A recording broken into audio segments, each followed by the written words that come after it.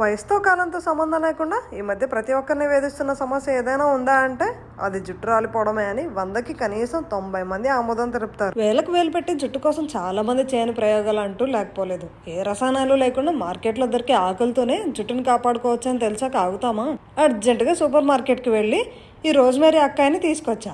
అయ్యో క్షమించండి, రోజ్మెరీ ఆకులు కట్టం కొనుక్కొచ్చేసా. కమ్మటి సువాసన వచ్చే ఈ రోజ్మెరీ ఆకులకి తోడుగా కాస్తంత పుదీనా ఆకులు, అర ఇంచి అల్లం ముక్క కలిపి సలసలా కాగుతున్న నీళ్ళలో వేసి అరగంట మరిగిస్తే ఆకుల్లో ఉన్న పోషకాలన్నీ నీళ్ళలోకి దిగిపోతాయి.